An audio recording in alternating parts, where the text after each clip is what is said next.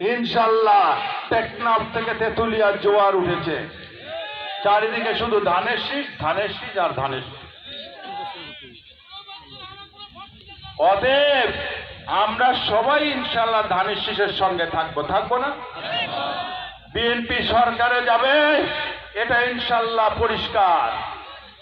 আর আপনারা পাটগ্রাম হাজিবান্ধার বগিটা লাগাবেন না এটার সাথে, না হলে তো আমরা বসতে পারবো না, পিছায় যাব। আমাদেরকে সিদ্ধান্ত নিতে হবে যে আমরা এলাকার উন্নয়নের স্বার্থে ধানের শীষের সঙ্গে থাকবো ইনশাল্লাহ।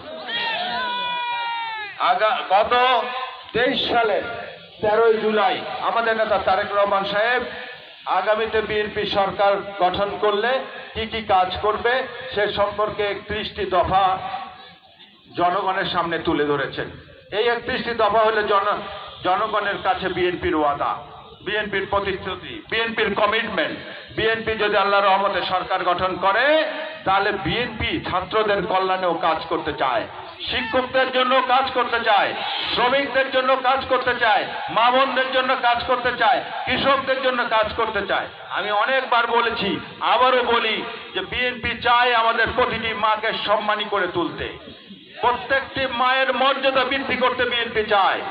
এ কারণে বিএনপি প্রত্যেকটা সংসারে ওই মায়ের নামে একটি করে ফ্যামিলি কার্ড বরাদ্দ করবে।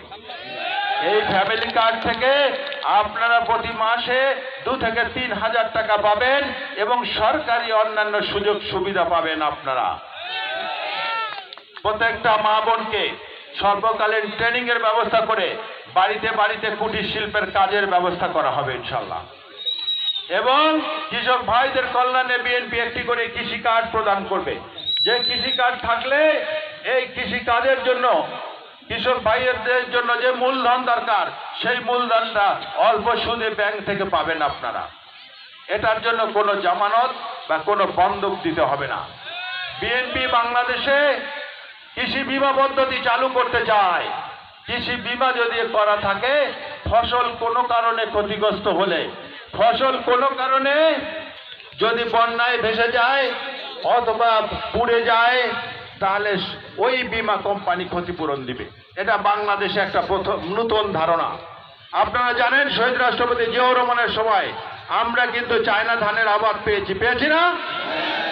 উনি খালকাটা কর্মসূচির মাধ্যমে কৃষকদের কল্যাণে কাজ করেছে, দেশের খাদ্য উৎপাদন স্বয়ংসম্পন্ন করেছে। আমাদের নেত্রী দেশনেত্রী বেগম খালেদা জিয়া, যিনি সাম্প্রতিককালে আমাদের ছেড়ে চলে গিয়েছেন, সেই নেত্রী কিন্তু কৃষক